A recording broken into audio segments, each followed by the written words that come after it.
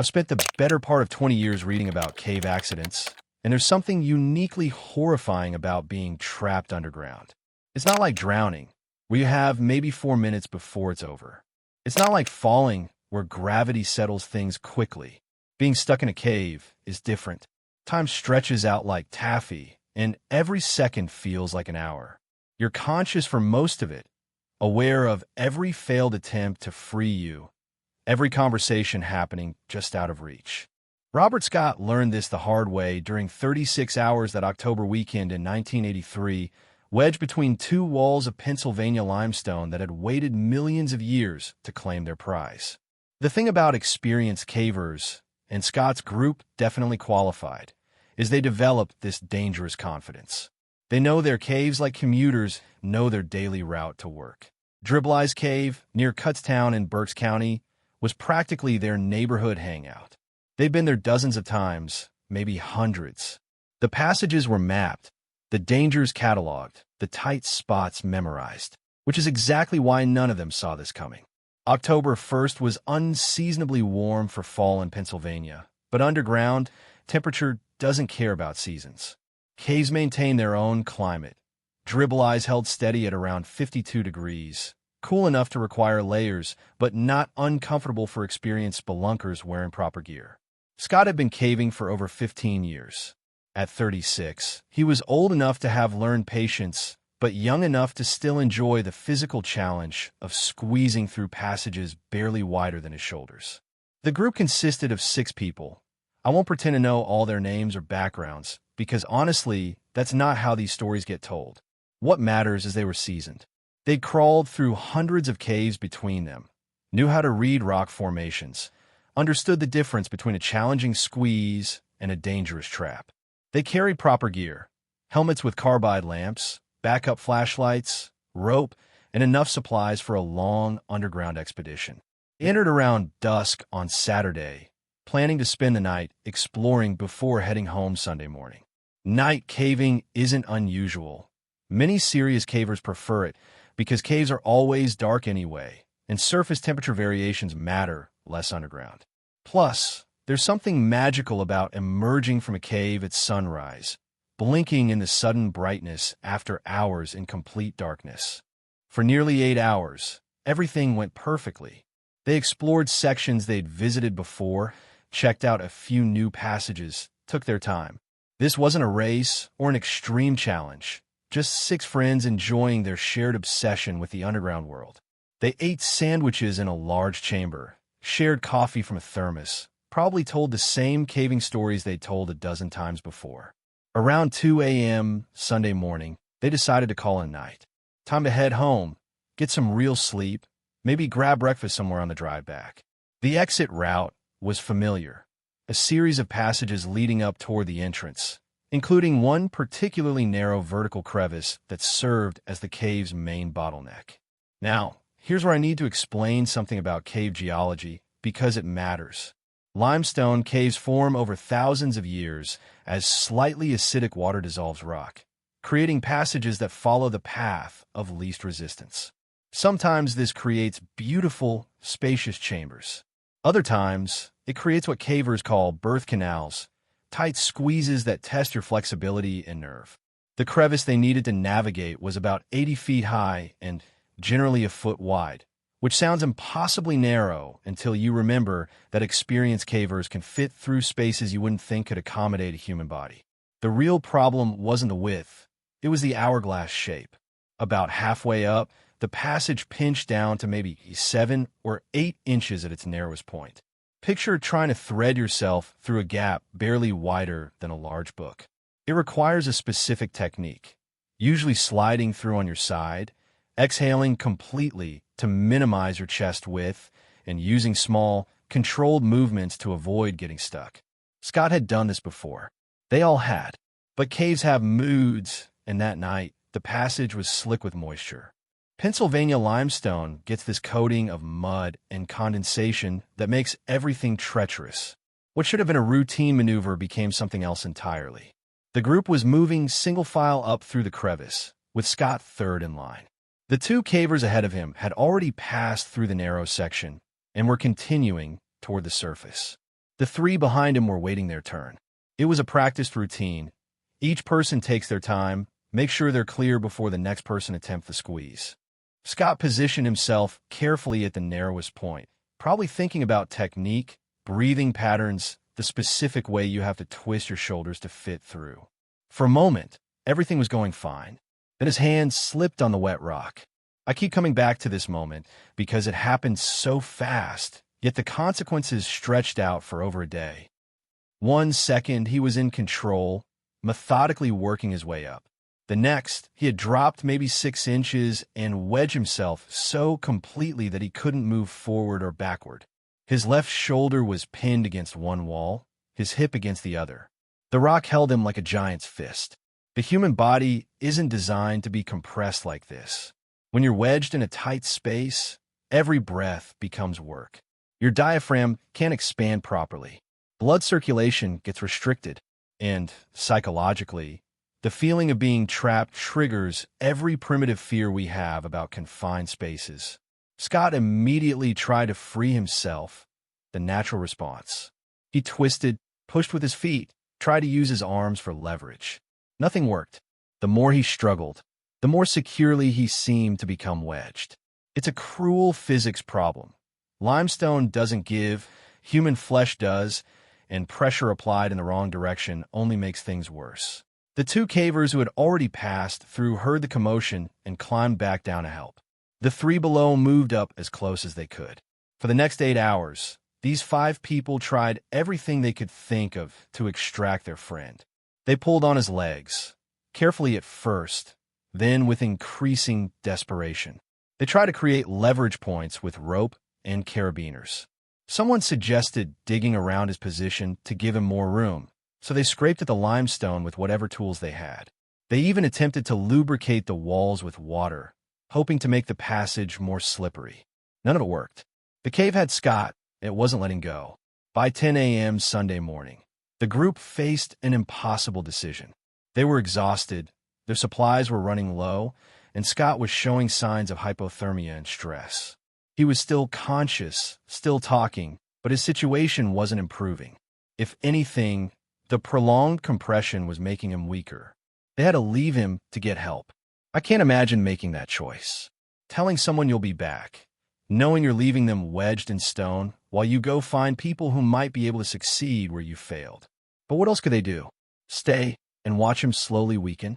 They needed equipment they didn't have, expertise they lacked, and manpower beyond what 6 people could provide. The group's exit from the cave must have felt like abandoning a drowning man, but it was Scott's only real chance. They reached the surface around 11 a.m. and immediately contacted local emergency services. Within an hour, fire departments from 4 surrounding townships had responded. Berks County doesn't see many cave rescues. Most of their emergency calls involve car accidents, house fires, maybe the occasional hunter lost in the woods. Suddenly, they were dealing with a situation none of them had trained for. Extracting a living person from a space barely wide enough for a child. The local teams did what they could. They lowered ropes, sent down volunteers, tried to assess the situation. But by Sunday afternoon, it was clear they were out of their depth. Cave rescue is a specialized discipline that requires specific training, equipment, and experience. You can't just apply standard emergency response techniques to underground emergencies. That's when someone made the call to the National Cave Rescue Commission in Pittsburgh.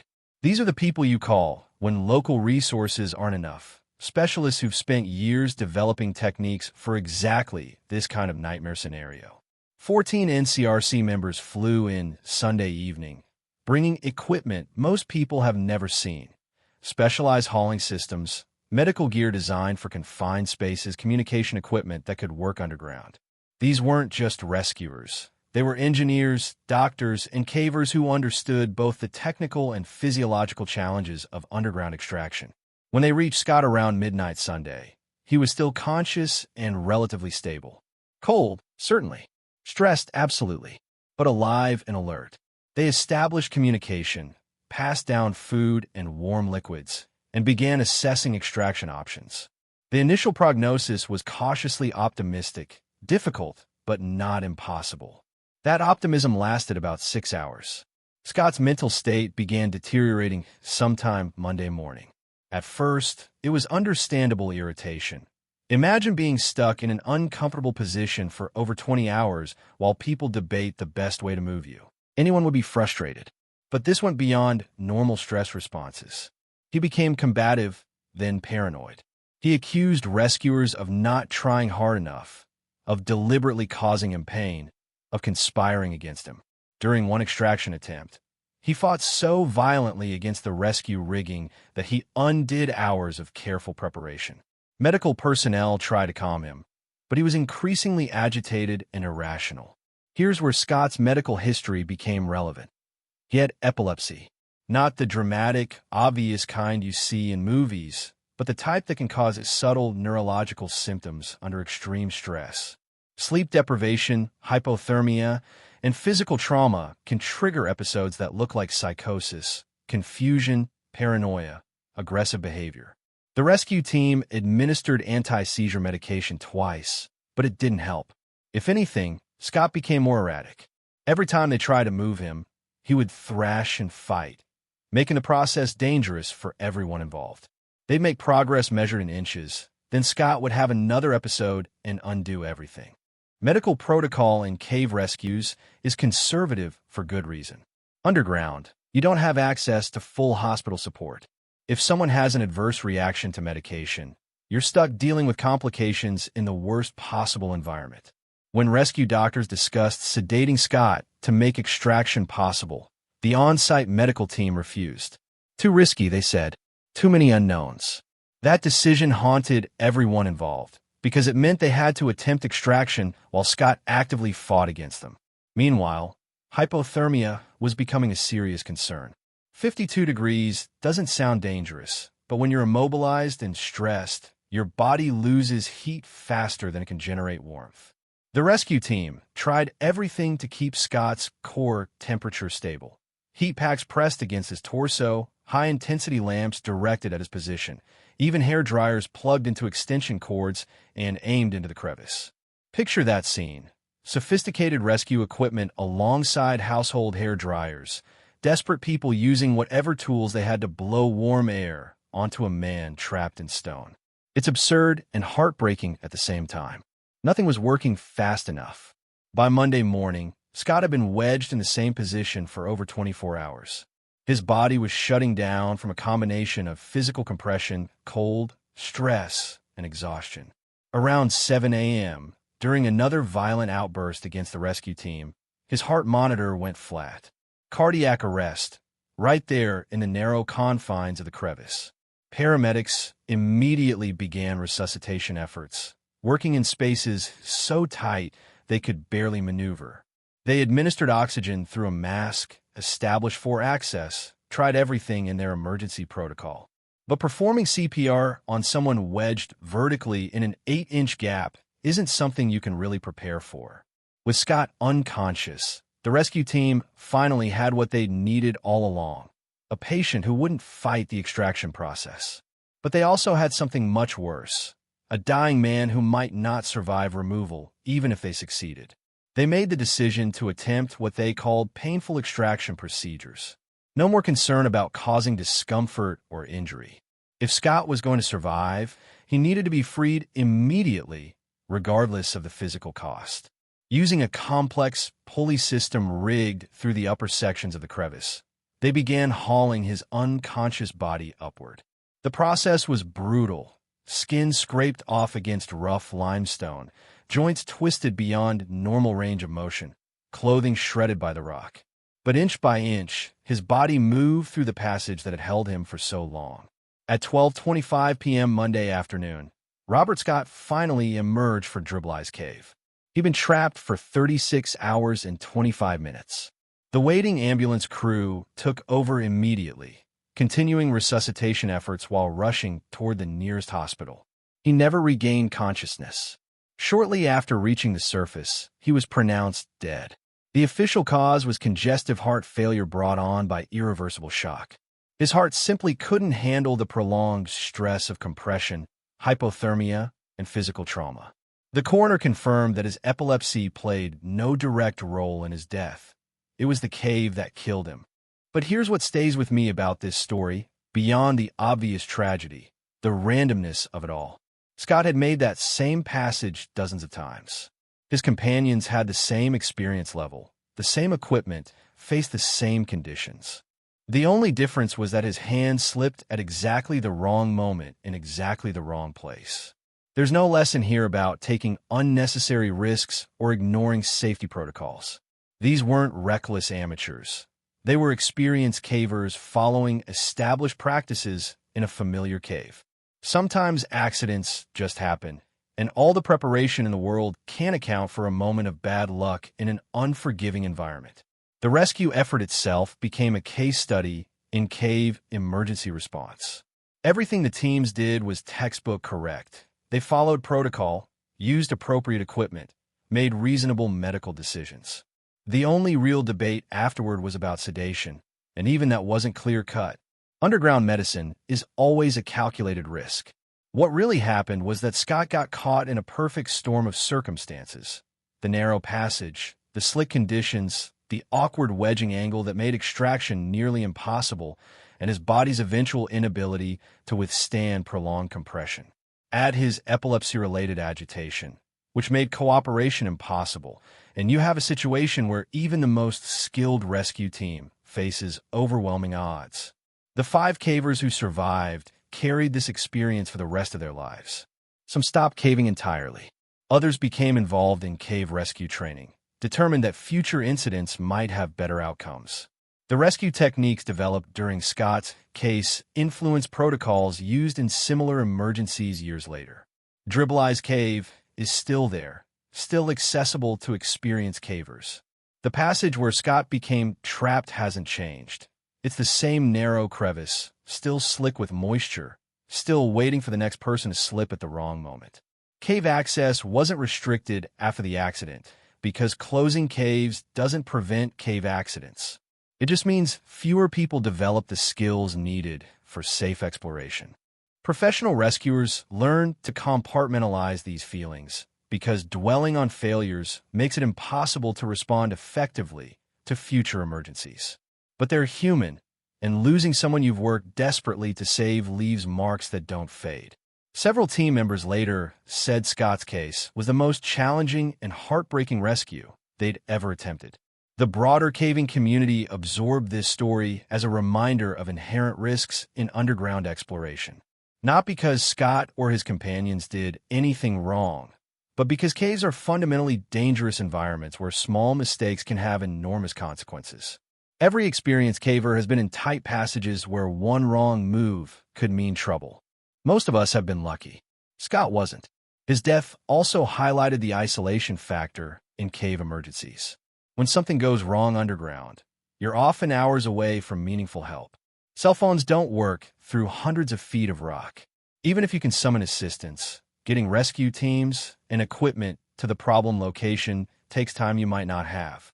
The window between manageable emergency and fatality can be surprisingly narrow. Looking back, what happened to Robert Scott seems almost inevitable. Not because it was destined, but because all the elements aligned in exactly the wrong way. An experienced caver, a familiar cave, a routine passage, a moment of bad luck, and a geological formation that wouldn't compromise. Add the stress-induced medical complications, and you have a situation where even optimal rescue response couldn't prevent tragedy. The story doesn't have a satisfying conclusion because real emergencies rarely do. Scott died. The rescue team did their best. The cave remained unchanged. His family grieved. His friends questioned whether they could have done something different. And the underground community added another cautionary tale to their collective memory. But maybe that's the point. Not every story needs to offer lessons or meaning or redemption. Sometimes bad things happen to good people in situations where everyone involved does everything right, and the outcome is still tragic. Caves are particularly good at teaching this lesson because they're completely indifferent to human needs, wants, and survival instincts. The limestone formations of Dribblei's Cave have been developing for thousands of years and will continue long after all of us are gone. The narrow crevice where Scott became trapped hasn't changed since 1983. It's still there, still dangerous under the right conditions, still capable of turning a routine cave exit into a death trap. That's not a comforting thought, but it's an honest one. The underground world doesn't care about our plans, our experience, or our survival. It just exists, patient and permanent, waiting for the next person to slip at exactly the wrong moment in exactly the wrong place. Robert Scott discovered this truth during 36 hours that October weekend, and it killed him.